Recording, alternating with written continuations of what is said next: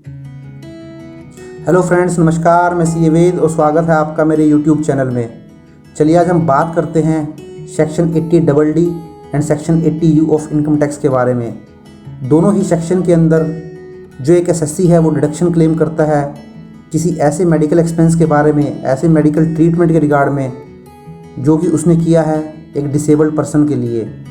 अब ये disabled person कौन हो सकता है और ये किस एसएससी को किस सेक्शन के अंदर डिडक्शन मिल सकती है, कितनी अमाउंट तक मिल सकती है, आज हम इन दोनों ही सेक्शंस को डिटेल्ड में देखेंगे और मैं आपको बताऊंगा कि दोनों ही सेक्शन के अंदर आप किस सेक्शन के अंदर किस सिचुएशन में कितनी डिडक्शन क्लेम कर सकते हैं। तो जैसा कि आप थंबनेल से देख पा रहे होंगे, दोनों ही सेक्शन के बीच में मैं आपको डिफरेंस भी बताऊँगा और मैंने दोनों ही सेक्शंस की जो वर्किंग की है वो इसी तरीके से की है कि आपको प्रॉपरली समझ आ जाए। सेक्शन 80D भी है जिसके ऊपर भी मैं एक ऑलरेडी डिटेल में वीडियो बना चुका हूं, जो कि डील करता है अगर आपने कोई मेडिक्लेम पॉलिसी ली है अपने लिए या अपनी फैमिली के लिए या अपने पेरेंट्स के लिए, तो उसके अंदर आप कितनी डिडक्शन क्लेम कर सकते हैं। उस वीडियो का लिंक भी मैंने ऑलरेडी डिस्क्रिप्शन में दे दिया है, आप उसे जाएँ और उसे भी डिटेल में देख सकते हैं। उसके अलावा ये दोनों सेक्शन में आपके साथ डिटेल में डिस्कस कर लेता हूँ। जैसा कि आप देख पा रहे होंगे, सबसे पहले आता है सेक्शन 80D। सेक्शन 80D के अंदर जो डिडक्शन मिलती है एक एसएससी को वो तब मिलती है जब वो कोई मेडिकल ट्रीटमेंट कराता है किसी ऐसे व्यक्ति का, किसी ऐसे इंसान का जो कि डिसेबल्ड है और उसके ऊपर डिपेंड है उसका फैमिली मेम्बर है। वो डिपेंडेंट फैमिली मेम्बर कौन हो सकता है? उसकी वाइफ हो सकती है, या वाइफ है तो उनके केस में उनका हस्बैंड हो सकता है, उनके बच्चे हो सकते हैं, उनके पेरेंट्स हो सकते हैं और उसके सिबलिंग हो सकते हैं, मीन्स उसके ब्रदर और सिस्टर्स हो सकते हैं। इसमें ब्लड रिलेटिव होना ज़रूरी है। सेक्शन 80U की बात कर लेते हैं। सेक्शन 80U जो बात करता है वो बात करता है मेडिकल एक्सपेंडिचर की, लेकिन यहाँ पर जो वो मेडिकल ट्रीटमेंट या मेडिकल एक्सपेंडिचर होना चाहिए वो एसएससी के ऊपर खुद के ऊपर होना चाहिए। चलिए हम इन दोनों सेक्शंस को डिटेल में एक बार देख लेते हैं। मैंने यहाँ एक प्रॉपरली कंपैरिजन बना दिया है क्योंकि दोनों ही सेक्शन में 80% सिमिलैरिटी है। जो डिफरेंस है वो केवल 10 से 20% ही है, इसलिए मैं दोनों को आपको एक कंपैरेटिव लगा के समझाऊंगा तो आपको ज़्यादा क्लैरिटी होगी। सबसे पहले बात करते हैं सेक्शन 80D की।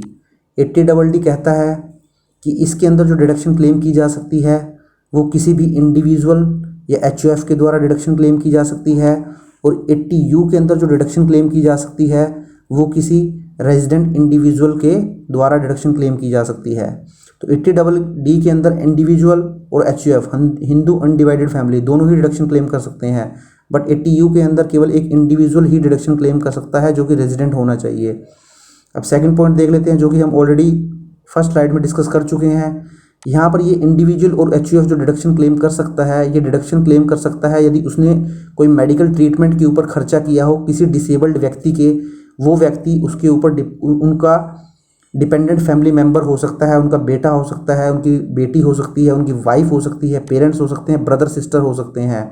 अगर हम HUF की बात करें तो HUF के केस में जो उसके ऊपर डिपेंडेंट फैमिली मेम्बर माना जाएगा वो माना जाएगा कोई भी मेम्बर उस हिंदू अनडिवाइडेड फैमिली का।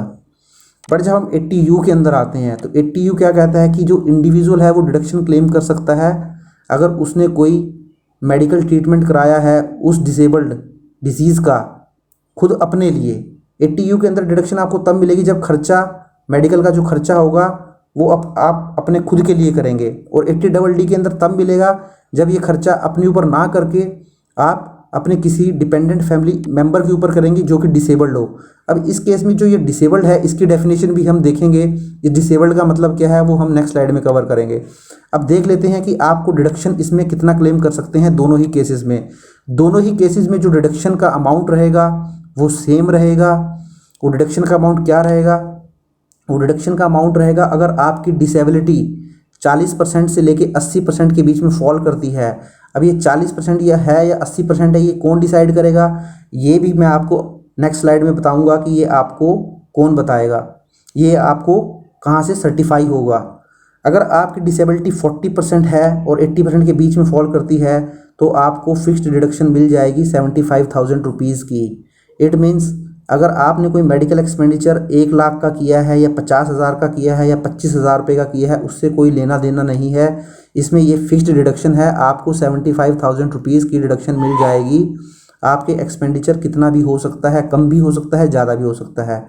बट आपकी जो डिसेबिलिटी, जो हम बात कर रहे हैं ऊपर डिसेबिलिटी की, अगर ये डिसेबिलिटी आपकी सीवियर है, मीन्स गंभीर है, तो उस केस में गंभीर कब मानी जाएगी, जब वो 80% या 80% से ज़्यादा है, तो उस केस में जो आपको डिडक्शन मिल जाएगी वो मिल जाएगी 1,25,000 रुपीज़। तो यहाँ पर भी वही है, इसमें आपके एक्चुअल एक्सपेंडिचर से कोई लेना देना नहीं है। दोनों ही केसेस में फिक्स्ड डिडक्शन है। आपका एक्सपेंडिचर कितना भी हो, आपको ये 75,000 और 1,25,000 क्लेम हो जाएंगे। सेम ये जो अमाउंट है यहाँ पर भी सेम रहेगा। सिर्फ कंसेप्ट यही है कि अगर आपकी डिसेबिलिटी 40 से 80% के बीच में है दोनों केसेस में, तो आपको जो डिडक्शन क्लेम होगी वो 75,000 रुपीज़ होगी। अगर आपकी डिसेबिलिटी सीवियर है, मीन्स 80% या 80% से ज़्यादा है, तो दोनों ही केसेस में आपको डिडक्शन 1,25,000 क्लेम हो जाएगी। अब हम कुछ कंडीशंस देख लेते हैं दोनों ही केसेस में कि आपको कौन कौन सी कंडीशंस फुलफ़िल करनी पड़ेंगी ये डिडक्शन अगर आप क्लेम करना चाहते हैं, जो ये मैंने आपको फिक्स डिडक्शन बताई है। दोनों ही केसेस में हम देख लेते हैं। पहले हम 80DD के अंदर देख लेते हैं। इसके अंदर आपको कुछ एक्सपेंसेस करना ज़रूरी है। वो एक्सपेंसेस आप मेडिकल ट्रीटमेंट पे कर सकते हैं, अपने उस डिसेबल्ड डिपेंडेंट फैमिली मेम्बर के ऊपर उनकी नर्सिंग पे कर सकते हैं, रिहेबिलिटेशन और ट्रेनिंग पे कर सकते हैं, या कुछ प्रीमियम पे कर सकते हैं, या कुछ पेमेंट डिपॉजिट कर सकते हैं। यदि कोई LIC ने कोई स्कीम इस तरीके की निकाली हुई है, LIC या इंश्योरेंस कंपनी इस तरीके की कुछ स्कीम निकालती हैं जहां पर आप अपने डिसेबल्ड पर्सन, अपने डिसेबल्ड फैमिली मेम्बर को सपोर्ट कर सकते हैं कुछ प्रीमियम पे करके। तो कुछ इस तरीके की स्कीम अगर आपने ले रखी है तो वो लेनी ज़रूरी है, या कुछ एक्सपेंस का खर्चा करना ज़रूरी है। मीन्स आपको कुछ मेडिकल बिल्स इसके सपोर्ट में ज़रूर दिखाने पड़ेंगे अगर आपको ये डिडक्शन क्लेम करनी है। तो इसके अंदर पहला जो कंडीशन रहेगी वो ये रहेगी, और जो सेकंड कंडीशन इसके अंदर रहेगी वो ये रहेगी कि आपको डिडक्शन क्लेम करने के लिए इसके अलावा ये कंडीशन भी सेटिस्फाई करने की पड़ेगी कि आपको एक सर्टिफिकेट मेडिकल अथॉरिटी से लेना पड़ेगा, जिसको हम बोलते हैं फॉर्म 10IA। ये मेडिकल अथॉरिटी कौन हो सकती है? ये आपको CMO, चीफ मेडिकल ऑफिसर जो होता है, वो ये सर्टिफिकेट इशू करेगा। तो ये दोनों ही कंडीशन अगर सेटिस्फाई कर देंगे आप, तो आप ये डिडक्शन क्लेम कर सकते हैं। अब हम बात कर लेते हैं 80U की। 80U के अंदर जो डिडक्शन क्लेम होगी, यहाँ पर कुछ एक्सपेंस करने का इस तरीके का कोई भी कंपलसरी रूल नहीं है। मीन्स अगर यहाँ पे आपके पास मेडिकल बिल्स नहीं भी होंगे तो आपको वो शो करने ज़रूरी नहीं है। सिर्फ आपको यहाँ पर सर्टिफिकेट ही एक्वायर करना होगा मेडिकल अथॉरिटी से, और आपको इसके सर्टिफिकेट के बेस पे ही ये डिडक्शन मिल जाएगी। अगर आप 80% से ऊपर फॉल करते हैं, अगर आपकी डिसेबिलिटी, तो 1,25,000, और 40 से 80 के बीच में फॉल करती है तो 75,000। इसमें आपको ये भी बात ध्यान रखनी है, अगर आपकी डिसेबिलिटी 40% से कम है, मीन्स 39% तक है, तो आपको किसी भी सेक्शन के अंदर ये डिडक्शन नहीं मिलेगी। 40% डिसेबल होना ज़रूरी है उस पर्सन का, अगर आप क्लेम करना चाहते हैं इस डिडक्शन को। अब हम नेक्स्ट टॉपिक में देख लेते हैं। जो हम ये डिसेबिलिटी की बात कर रहे हैं, इस डिसेबिलिटी की हम लिस्ट देख लेते हैं। ये कौन कौन सी बीमारी हो सकती है, डिसेबिलिटी हो सकती है, विकलांगता हो सकती है। ये कॉग्निटिव या सिविल मेंटल डिसेबिलिटी हो सकती है, लो विज़न हो सकता है, कम दिखाई देना, अंधापन हो सकता है, ब्लाइंडनेस, लेप्रोसी कर्ड हो सकता है, हियरिंग इम्पेयरमेंट हो सकता है, लोकोमोटर डिसेबिलिटी हो सकती है, मेंटल इलनेस हो सकता है, ऑटिज्म हो सकता है, सेरेब्रल पैलेसी हो सकती है, या मल्टीपल डिसेबिलिटीज़ हो सकती हैं। अब यहाँ मैंने एक नोट भी दिया हुआ है। ये नोट दिया है कि मैंने both deduction can't be claimed at the same time. Means आप दोनों ही सेक्शन के अंदर वन टाइम में बेनिफिट नहीं ले सकते हैं। इसका मतलब मैं आपको समझा देता हूँ। सपोज़ इस सेक्शन के अंदर मिस्टर X हैं जो कि फादर हैं, और एक मिस्टर Y हैं जो कि सन हैं। तो सपोज़ यहाँ मिस्टर X जो फादर हैं वो भी डिसेबल्ड हैं, और जो उनका बेटा है वो भी डिसेबल्ड है। तो मिस्टर X जो हैं वो अपने डिसेबल्ड सन, अपने बेटे जो कि उनके ऊपर डिपेंड है, उसके इलाज पे खर्चा करते हैं इस सेक्शन के तहत। तो इस केस में वो इस सेक्शन के अंदर एलिजिबल हो जाएंगे डिडक्शन क्लेम करने के लिए। बट जैसे कि मैंने आपको बताया, मिस्टर X खुद भी डिसेबल्ड हैं, तो वो खुद डिसेबल्ड हैं और उनको सर्टिफिकेट मिल जाता है मेडिकल अथॉरिटी से डिसेबिलिटी का, तो वो यहाँ पर भी डिडक्शन लेने के लिए एलिजिबल हो जाते हैं।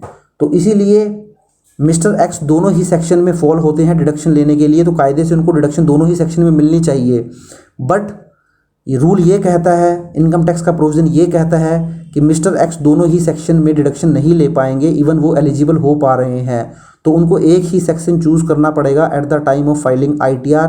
Either he will claim deduction under section 80DD और he will claim deduction under section 80U। तो ये आपको बात ध्यान रखनी है, यही मैंने इसमें नोट दिया है कि एक पर्सन दोनों ही सेक्शन के अंदर डिडक्शन नहीं ले पाएगा, डिडक्शन उनको एक ही सेक्शन के अंदर लेनी पड़ेगी। चलिए अब हम कवर कर लेते हैं। मैं आपको दिखाता हूं कि फॉर्म 10IA जो मैंने आपको बताया था कि फॉर्म 10IA का लेना ज़रूरी है, उसका कुछ मैंने फॉर्मेट आपके साथ शेयर कर रहा हूं। वो फॉर्मेट कुछ इस तरीके से होता है। ये फॉर्मेट CMO इशू करता है, चीफ मेडिकल ऑफिसर इशू करता है, जिसमें देखेंगे आप लिखा हुआ है certificate of medical authority for certifying person with disability, severe disability, autism, cerebral palsy, multiple disability for the purpose of section 80DD and 80U। इसमें सर्टिफिकेट नंबर लिखा होता है, डेट लिखी होती है, आपका नाम आ जाएगा, आपके किसके सन या डॉटर हैं उसका नाम आ जाएगा, आपकी एज आ जाएगी, आप मेल हैं या फीमेल, आपका एड्रेस आ जाएगा, रजिस्ट्रेशन नंबर आ जाएगा, और यहाँ पे आपको लिख के दे दिया जाएगा कि आप डिसेबिलिटी में फॉल कर रहे हैं या सिवियर डिसेबिलिटी में। सिवियर डिसेबिलिटी मीन्स 80% और मोर। अगर आप 40% से 80% में फॉल कर रहे हैं तो इस पर टिक कर दिया जाएगा। तो अकॉर्डिंगली ये सर्टिफिकेट जब आपको इशू कर दिया जाएगा तो आप एलिजिबल हो जाएंगे इस सेक्शन के अंदर, दोनों ही सेक्शन के अंदर डिडक्शन क्लेम करने के लिए।